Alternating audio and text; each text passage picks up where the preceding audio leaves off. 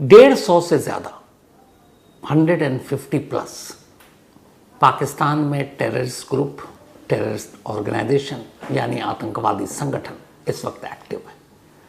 150 से ज़्यादा ऑर्गेनाइजेशन। अब इससे जुड़े हुए कितने होंगे? हज़ारों। फिर भी पाकिस्तान कहता है कि हमारी ज़मीन पर कोई आतंकवादी नहीं है। जो पाकिस्तान कसाब तक को पाकिस्तानी मानने से इनकार कर चुका, उसको कोई भी सबूत दीजिए, कोई फ़र्क पड़ता नहीं है। 150 आतंकवादी संगठन, हज़ारों उससे जुड़े हुए आतंकवादी। लेकिन आप जानकर हैरान रह जाएंगे कि इन 150 से ज़्यादा आतंकवादी संगठन के जिम्मे और हिस्से सिर्फ 5 काम हैं, और इन 5 कामों में भी सबसे ज़्यादा फोकस सिर्फ एक काम पर है। ये काम 5 कौन से हैं? 150 आतंकवादी संगठन कैसे फलते फूलते हैं, इनके लॉन्चिंग पैड वहाँ कहाँ पर हैं, इनके टेरर ट्रेनिंग कैंप कहाँ पर हैं, ये पूरी कहानी आपको सुनाऊं उससे पहले 2 बातें और 2 वीडियो और ऑडियो आपको सुनाना और दिखाना चाहता हूँ। बड़ी खूबसूरत बात कही थी हमारे पूर्व प्रधानमंत्री अटल बिहारी वाजपेयी जी ने। हम दोस्त अपनी मर्जी से बनाते हैं, लेकिन पड़ोसी अपनी मर्जी से नहीं चुनते, और न चुन सकते हैं, बहुत सारी मजबूरियां होती है। हम दोस्त बदल सकते हैं, लेकिन पड़ोसी नहीं बदल सकते। ये बात जब अटल बिहारी वाजपेयी जी प्रधानमंत्री थे तब उन्होंने कही थी। ये लाइन बस आप सुन लीजिए। इतिहास बदला जा सकता है, मगर भूगोल नहीं बदला जा सकता, ज्योग्राफी नहीं बदली जा सकती। आप दोस्त बदल सकते हैं, पड़ोसी नहीं बदल सकते। तो आपने ये लाइन सुन ली। पड़ोसी बदलना मुमकिन इसलिए नहीं है कि पड़ोसी कोई इंसान तो है नहीं कि चलो आज इससे बात नहीं करेंगे, किसी और से करेंगे, इसके घर नहीं जाएंगे, इससे मिलेंगे नहीं, उसके रास्ते में नहीं जाएंगे। वो ऑलरेडी एक फिक्स जगह पर है, और बदनसीबी है कि पाकिस्तान हमारा पड़ोसी है, तो हम बदल नहीं सकते। अब इसी पाकिस्तान के डिफेंस मिनिस्टर इस वक्त जो है ख्वाजा मोहम्मद आसिफ, ये अभी 2 दिन पहले एक इंटरव्यू देते हैं। शायद पाकिस्तान के हिस्ट्री के ये पहले डिफेंस मिनिस्टर होंगे जो ओपनली एक्सेप्ट करते हैं कि हम आज से नहीं बरसों से ये आतंकवादियों को पालने पोसने का गंदा काम कर रहे हैं। खुलकर बोलने वाला पाकिस्तान का कोई रक्षा मंत्री या डिफेंस मिनिस्ट्री ख्वाजा मोहम्मद आसिफ। ये लाइन और वो जो सवाल है वो दोनों आप इसको सुन लीजिए। You do admit, sir, that Pakistan has had a long history of backing and supporting and training and funding these terrorist organizations. Well, we have been doing this dirty work for the United States for about 3 decades, and West, including Britain. तो पाकिस्तान का defence minister खुद accept कर रहा है कि हम ये गंदा काम कर रहे हैं। अमेरिका के कहने पर भी या ब्रिटेन की मदद के लिए भी पर कर रहे हैं। कम से कम माना पाकिस्तान के डिफेंस मिनिस्टर ने कि वो इस गंदे काम में शामिल है। अब आज की कहानी सुनाओ उससे पहले एक डेटा मेरे पास सिर्फ 2002 से 2018 तक का है, मतलब 16 साल का ये डेटा है पाकिस्तान का। इन 16 सालों में यानी 2002 से लेकर 2018 तक पाकिस्तान में अनगिनत आतंकवादी हमले हुए होंगे, लेकिन मुझे उससे कोई लेना देना नहीं।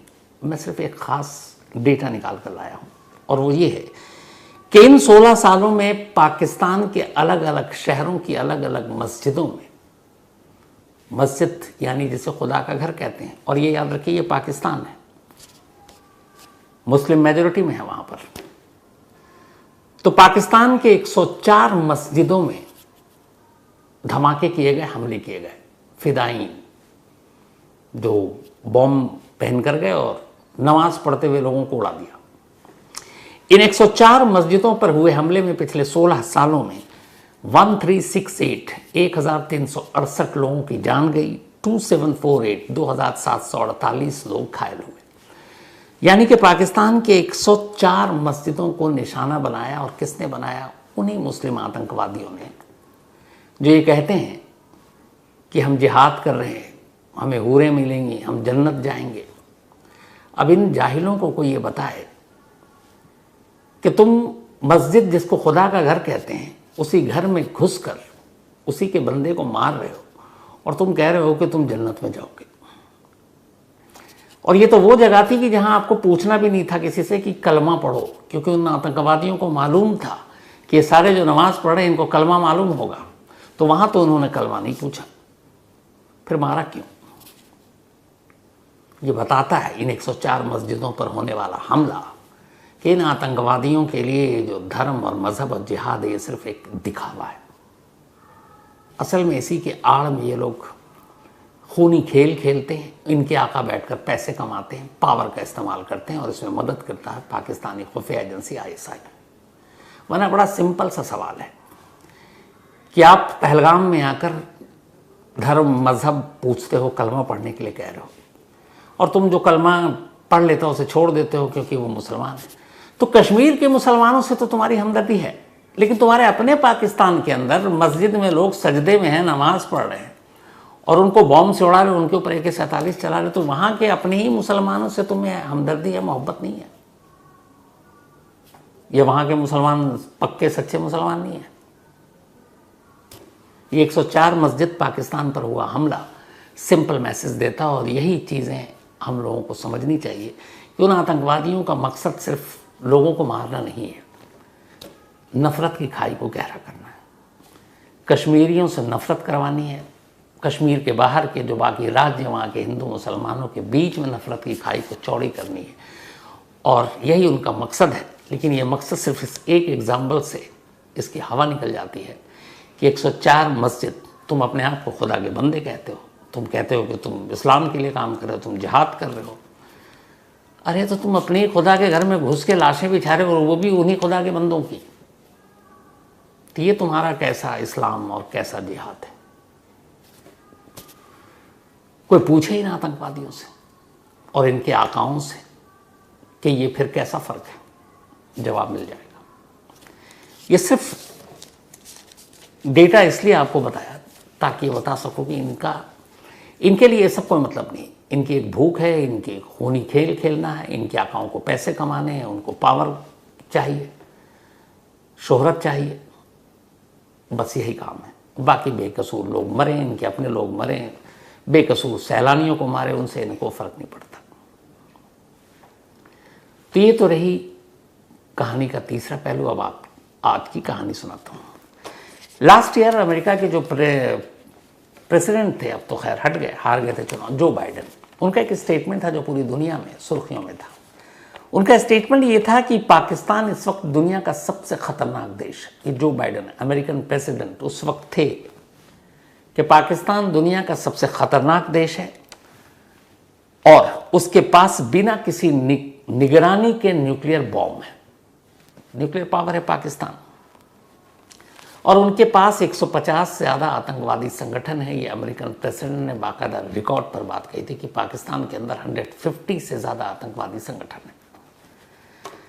और बाइडेन ने गलत नहीं कहा था।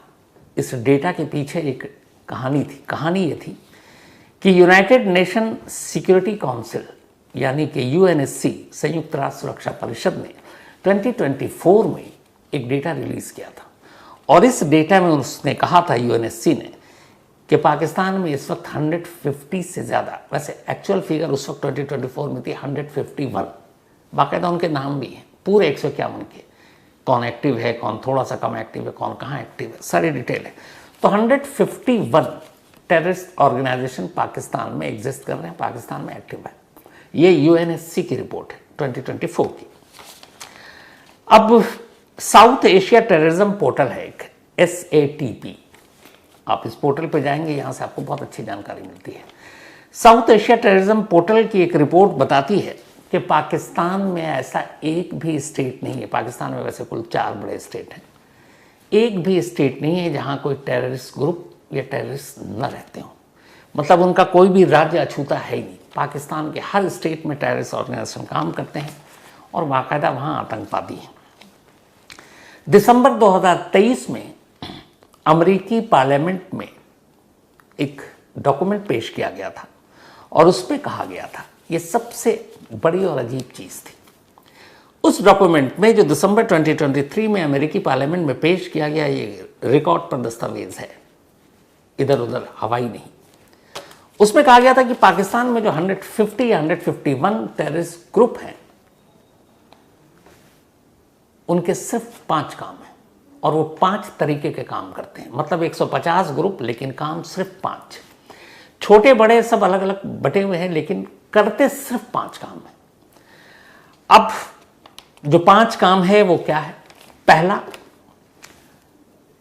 पाकिस्तान में मौजूद टेररिस्ट ग्रुप का जो पहला काम है, और ये सब बटे हुए हैं अलग अलग, आगे आपको पता चलेगा, कि जो दुनिया के किसी भी देश पर हमला करे। कुछ ऐसे टेररिस्ट ग्रुप हैं जो दुनिया के देश, किसी भी देश में वो जाकर हमला करेंगे, ये पहला है। दूसरा, जो सिर्फ अफगानिस्तान में हमला करेंगे। तीसरा, जो सिर्फ कश्मीर को निशाना बनाएंगे। चौथा, जो पाकिस्तान के अंदर ही हमला करेंगे, जो लगातार पाकिस्तान हर दूसरे दिन वहां हमला होता है। और पांचवा, जो शिया वाले मेजोरिटी के इलाके हैं वहां शियाओं पर हमला करेंगे। 150 टेररिस्ट ग्रुप और उनके हिस्से में और उनके जिम्मे ये 5 काम, और ये 5 काम बटे हुए हैं। अब ये 5 काम कौन कौन करता है? छोटे मोटे तो बहुत करते हैं, लेकिन असल में पाकिस्तान के कुछ बड़े टेररिस्ट ग्रुप हैं और उनके हिस्से में ये काम दिया गया, एरिया बटा हुआ है। पाकिस्तान में कुल 3 ऐसे टेररिस्ट ग्रुप हैं या 3 ऐसे आतंकवादी संगठन हैं जो पूरी दुनिया के लिए खतरा है। हालांकि इनमें पहला नाम आप सुनकर थोड़े से चौंकेंगे कि उसामा बिन लादेन तो मर गया, अलकायदा खत्म हो गया। ऐसा नहीं है। अलकायदा को चलाने वाले अब भी चला रहे हैं और रहते हैं। जब आप सुनते हैं कई जगहों पे हमले होते हैं, तो जो 3 ऐसे ग्रुप हैं जो पूरी दुनिया के लिए खतरा हैं, जो पाकिस्तान की सरजमीन पर बैठकर प्लानिंग करते हैं और फिर एग्जीक्यूट करते हैं, उनमें पहला नाम है अलकायदा का, आज भी, जिसका chief Osama bin Laden Pakistan के एबटाबाद में एक घर में छुपा हुआ मिला था और जिसे अमेरिकी सील कमांडो ने गोली मारी थी। तो पहला अलकायदा। दूसरा है अलकायदा इन इंडियन सब कॉन्टिनेंट। ये एक ऑर्गेनाइजेशन है, टेररिस्ट ग्रुप, पाकिस्तान में ही काम करता है। अलकायदा दूसरे नंबर पर, अलकायदा इन इंडियन सब कॉन्टिनेंट। और तीसरा है इस्लामिक स्टेट खुरासान। इसकी कहानी आपको डिटेल में सुनाई है। इस्लामिक स्टेट खुरासान मतलब पूरा साउथ ईस्ट एशिया पर के लिए जो खतरा है।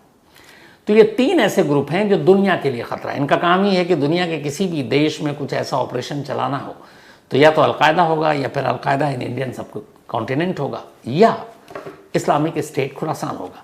ये तीनों मेन फोकस इनका वक्त के हिसाब से, हालात के हिसाब से दुनिया के अलग अलग देशों को चुनना और वहाँ आतंकवादी हमले करना।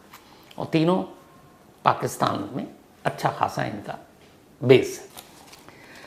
अब दूसरे नंबर पे जो 5 काम करने वाले हैं, तो पहला ग्रुप तो हो गया दुनिया के देशों पर। अब दूसरा एक ग्रुप है जिसको खास सिर्फ और सिर्फ अफगानिस्तान को ही सामने रखकर अपना ऑपरेशन चलाना होता है। तो जो अफगानिस्तान पर हमला करने वाले पाकिस्तानी आतंकवादी संगठन हैं यानी टेररिस्ट ग्रुप हैं, उनमें से 2 सबसे बड़े हैं। जैसे 3 वर्ल्ड के लिए थे, 2 अफगानिस्तान के लिए जो डेडिकेटेड हैं, सिर्फ अफगानिस्तान ही आप देखोगे। उनमें से एक है अफगान तालिबान और दूसरा है हक्कानी नेटवर्क।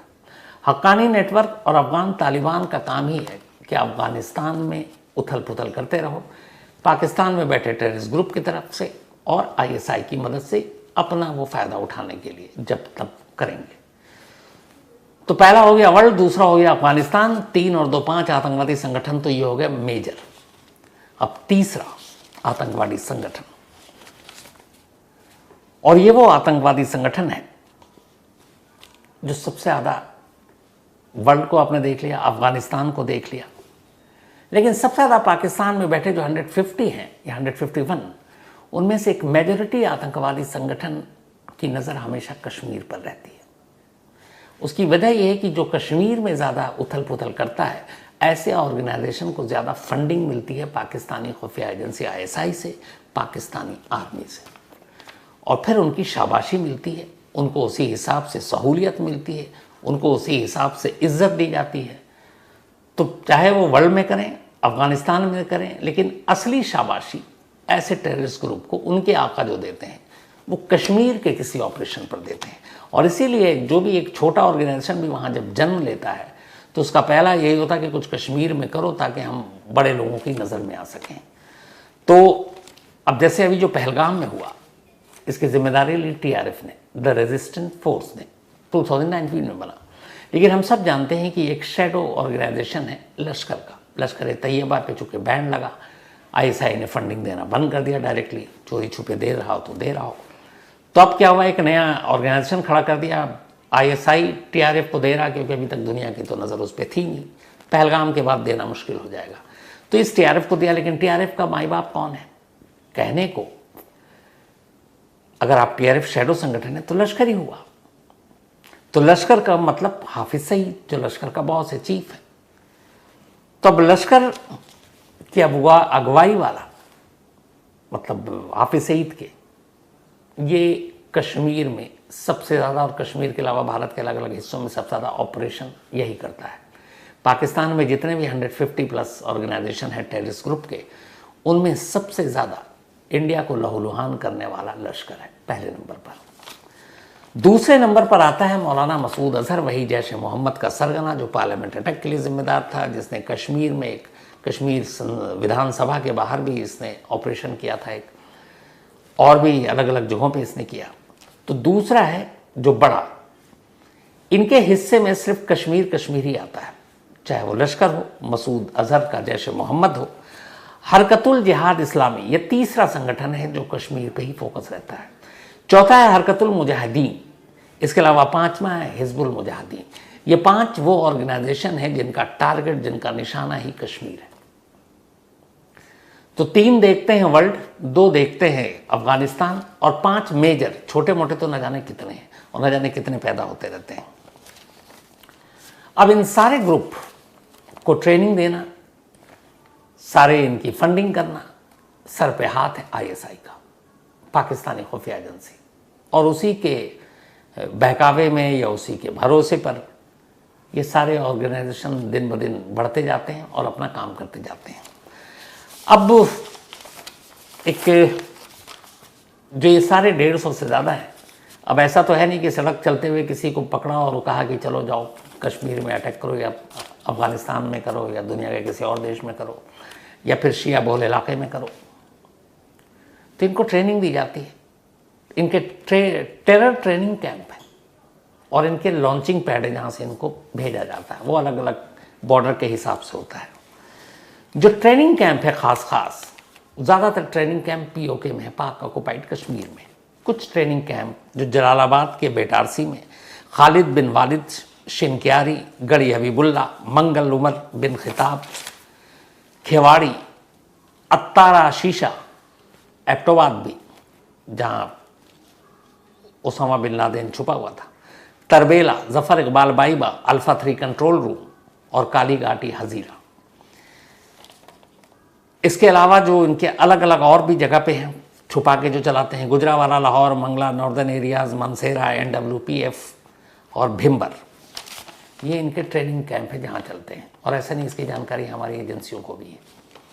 इसके अलावा जो लॉन्च पैड है इनका, गुरेज सेक्टर में दुर्मत, डोमेल, मैकरून, मच्छल में दुदनियाल, इसके अलावा माछिल, डोगा, केरन में चक, जनवाल और तेजियान, करनात में कठा, कटरा, बेहक, नौगाम में लीपा, गुलमर्ग में हिलन, बहादुर, उस तरफ फिर मनसेरा भी है, पुंग, उसके अलावा और समानी भी है। तो ये तो इनके रहे वो सारे टेरर कैंप और लॉन्चिंग पैड जहाँ ट्रेनिंग दी जाती है। अब सवाल ये कि इनके ट्रेनिंग जो दी जाती है टेरर कैंप या फिर इनके लॉन्चिंग पैड, हमारी एजेंसियों के पास भी इसकी जानकारी है। जो लास्ट सर्जिकल स्ट्राइक हुआ था, ऐसे ही कुछ ट्रेनिंग कैंप जो थे टेरर कैंप, उनको निशाना बनाया गया था। अब उन्होंने अपने तरीके बदल दिए हैं। अब वो उन्हें पता है कि जब आप सर्जिकल स्ट्राइक करते हैं तो आप बिल्कुल बॉर्डर के करीब करते हैं, क्योंकि फिर आप किसी देश की वायु सीमा में, एयर स्पेस में बहुत अंदर तक घुसते हैं, तो एक तरह से वो उल्लंघन भी है इंटरनेशनल लॉ का, और दूसरा आप वॉर की एक तरह से दावत है, जंग की दावत है। तो इसीलिए ऐसे ट्रेनिंग कैंप या टेरर कैंप बॉर्डर के पास इसलिए रखते हैं, एक तो उनको टेरर के बाद ट्रेनिंग देने के बाद बॉर्डर क्रॉस करना ईजी होता है, उनको बहुत दूर से आना नहीं पड़ता। तो यही वजह, और पीओके और अपना कश्मीर सटा ही हुआ है, तो नज़दीक रखते थे। लेकिन जब से सर्जिकल स्ट्राइक हुआ पुलवामा के बाद, तो उन्होंने अपनी स्ट्रेटजी बदल दी, और अब वो थोड़ा सा दूर ले गए ताकि ऐसा कोई स्ट्राइक हो तो ऐसी आबादी के बीच में हो कि ताकि पाकिस्तान चिल्ला सके। कि आम लोगों की कैजुअलिटी हुई या ये वो इलाका है, ये ट्रेनिंग कैंप नहीं है, यहाँ तो स्कूल है, कॉलेज है, अस्पताल है, तो इसलिए वो वहाँ ले गए सिर्फ उन्हें बचाने के लिए। तो ये तरीका बदला उन्होंने, लेकिन असली तरीका नहीं बदला। इन 3 पाकिस्तानियों का जिन्होंने कि पहलगाम में गुनहगार हैं उस हमले के, पूरे सबूत भारत ने दुनिया के कई देशों को दिखा दिए। पाकिस्तान को भी बताया कि इसमें आपकी सीधे सीधे इन्वॉल्वमेंट है, क्योंकि तीनों पाकिस्तानी हैं। लेकिन इन तीनों सबूतों को देख कर क्या पाकिस्तानी उनके आकाओं को सौंप देगा? सिर्फ एक चीज़ आपको याद दिलाना चाहता हूँ, बहुत ज़्यादा पुरानी नहीं है। अजमल कसाब, जिसकी पूरी फैमिली पाकिस्तान मीडिया ने ही टीवी पर उठाकर दिखा दिया कि वो पाकिस्तान के किस गांव का है, उसका बाप क्या करता है, भाई क्या करता है, घर कौन सा है, सारा उसके सारे डॉक्यूमेंट्स दिखा दिए। आज भी पाकिस्तान अजमल कसाब को पाकिस्तानी नहीं मानता, कभी रिकॉर्ड पर नहीं कहा कि उसने ये पाकिस्तानी है। तो जिस अजमल कसाब को पूरे पाकिस्तान की मीडिया ने ही बेनकाब करके दिखा दिया कि भाई ये तो पाकिस्तानी है, पाकिस्तान हुकूमत ने आज तक नहीं माना। तो जब इतना बड़ा प्रूफ, इतना बड़ा सबूत, सब कुछ सामने आने के बाद वो नहीं माना, तो क्या लगता है ये सबूत देने के बाद वो मान जाएगा? मुंबई जो 26 से 11 था उसके सबूत कब के दे चुके हैं, मान गया। दाऊद इब्राहिम के कराची के क्लिफ्टन रोड में वो कहाँ पर है, घर का फ़ोन नंबर क्या है, सब जानते हैं। पाकिस्तान को ये नहीं मालूम। हाँ, सर्जिकल स्ट्राइक के बाद ये हुआ कि हाफिज़ सईद, वो अब तक लाहौर में उसका ठिकाना था, लाहौर से उसको हटा दिया गया। आपको दाऊद इब्राहिम अब क्लिफ्टन रोड पर नहीं है, ये भी कहा जाता है कि अब उसको हटा दिया गया। साथ ही लखवी, उसका भी ठिकाना बदल दिया गया। मौलाना मसूद अजहर जो बहावलपुर में रहा करता था, उसका भी ठिकाना बदल दिया गया। क्यों? क्योंकि किसी तरीके से स्ट्राइक ना हो और ये सारे निशाने पर ना जाए। तो किसने ठिकाना बदला और इनको कहाँ छुपा कर रखा गया? इन सभी को पाकिस्तानी खुफिया एजेंसी ISI ने अपनी निगरानी में, अपनी सुरक्षा में गुप्त ठिकानों पर रखा हुआ है, बचाने के लिए इंडियन फोर्सेस से। लेकिन जाहिर है कब तक बचेंगे। पर दूसरा सवाल ये बिल्कुल फैक्ट है कि हम कितने भी सबूत दें वो कुछ करेंगे नहीं। और इसीलिए शुरुआत में मैंने आपसे कहा कि ये मुमकिन नहीं है कि हम पड़ोसी बदल सकें, क्योंकि पाकिस्तान अब जो जिस जगह पर है, और वो एक ज़मीन का टुकड़ा है। अब ज़मीन के टुकड़े को उठाकर तो आप ये नहीं कि किसी और देश को हिलाकर बसा दें। एक ही तरीका है ना पड़ोसी बदलें, तो ये है कि उस जगह को ही अपने पास ले लें। तो फिर ये है कि पड़ोसी बदलने की ज़रूरत नहीं पड़ेगी, फिर कंट्रोल में रहेगी चीज़ें। लेकिन ये सारी बातें तो खैर दूर की हैं। सवाल ये है कि अगर पड़ोसी नहीं बदल सकते अपनी मर्ज़ी से, तो फिर ऑप्शन क्या है? और पाकिस्तान आज से नहीं 3 दशक से ये कर रहा है, और अब भी वो नहीं मान रहा है, जबकि उसका डिफेंस मिनिस्टर ने कहा कि हम ये गंदा काम कर रहे हैं। तो फिर क्या हल है? और ऐसे लोगों से क्या हल की उम्मीद भी करें कि ये आगे बाज आ जाएंगे, जो अपने ही देश में अपने ही लोगों को मस्जिदों में घुसकर भी मार रहे? वो कैसा इस्लाम, मुसलमान और जिहाद? ये सब एक ढोंग ही तो है, एक तमाशा है। असली तो कुछ और खेल है। वही पावर, वही सत्ता, वही लालच, वही ताकत। मतलब 47 के बाद से आज तक यही हाल रहा है। सोचिए अगर एक अच्छा पड़ोसी होता, हमें आप सोचे ना कि हमारे घर के पास में एक अच्छे पड़ोसी होते हैं कि अगर कोई बीमार है देखने आ जाए, अगर घर में कुछ खाना नहीं बन रहा, कई लोग पूछते हैं, खाना दे जाते हैं, दिन भर में हालचाल पूछने आते हैं, आपकी खुशी में शामिल होते हैं, आपके गम में शामिल होते हैं, तो अच्छा लगता है। और कहते हैं कि पड़ोसी अच्छा होना बहुत ज़रूरी है, इसलिए कि अगर घर में मान लीजिए कुछ हो ना जाए तो आपके रिश्तेदार पहुँचें उससे पहले पड़ोसी आपके तक पहुँच जाएंगे, क्योंकि आपके दरवाजे के सामने रहते हैं। पर पड़ोसी बुरा हो तो फिर तो रहते हुए भी डर लगता है कि पता नहीं वो क्या करते। तो बात तो वाजपेयी साहब की बिल्कुल जायज़ है, लेकिन ये पड़ोसी सुधरने वाला नहीं है, ये भी उतना ही हकीकत है।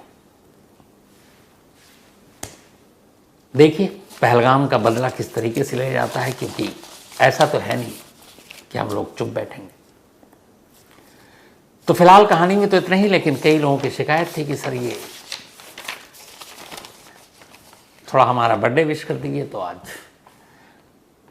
प्रतिभा इनका जन्मदिन है, हैप्पी बर्थडे प्रतिभा। और ये भेजा है अंशुल कटियार जी ने। साथ ही राकेश वर्मा, इनका भी आज बर्थडे है, तो हैप्पी बर्थडे राकेश। ये भेजा विकास वर्मा ने। डॉक्टर लईक खान, इनका भी आज बर्थडे है, हैप्पी बर्थडे डॉक्टर लईक साहब। अभिषेक कुमार कुशवाहा, इनका भी जन्मदिन है आज, तो अभिषेक साहब हैप्पी बर्थडे आपको। इसके अलावा विभा